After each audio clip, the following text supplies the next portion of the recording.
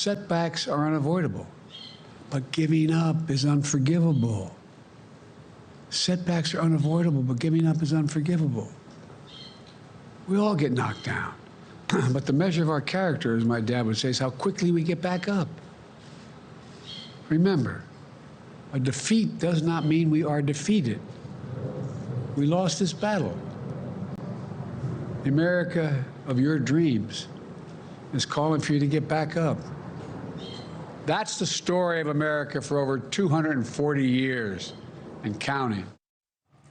All right, given what President Biden has said before he was ousted by his own party, that he was the only one who could beat Trump, you might wonder what Biden was really thinking during that speech today. Joining us now is NewsNation Washington correspondent Kellie Meyer. Kellie, what are you hearing from Democrats at this hour about that speech from President Biden, about the fact that he is graciously offering to help as much as he can with the transition and encouraging the country to move forward?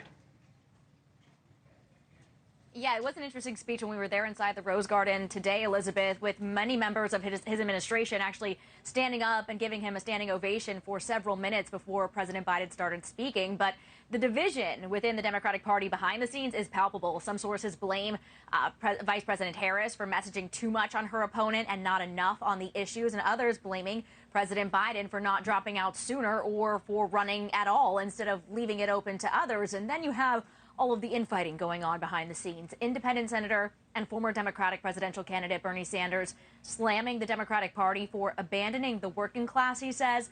That prompted DNC Chair Jaime Harrison to write this morning on X, calling that, quote, straight up BS. He stood up for President Biden, saying Biden was the most pro-worker president of my lifetime. There are a lot of post-election takes, and this one ain't a good one. And today, Press Secretary Karine Jean-Pierre also came to President Biden's defense. Take a listen to this. Does the president feel any responsibility for the outcome?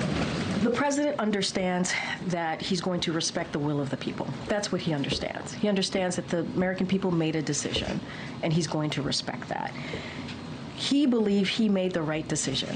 When he stepped aside, decided that he wasn't going to run, he automatically... Here's the thing. And we can't rewrite history.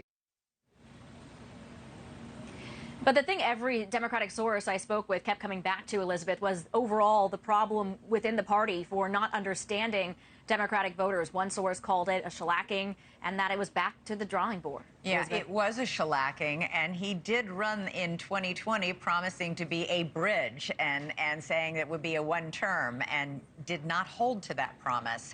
Kellie Meyer. Lots of Democratic arguing going on behind the scenes. All right, thank you so much. Thanks so much for watching. Go to joinnn.com to find NewsNation on your television provider. And don't forget to click the red subscribe button below to get more of NewsNation's fact-driven, unbiased coverage.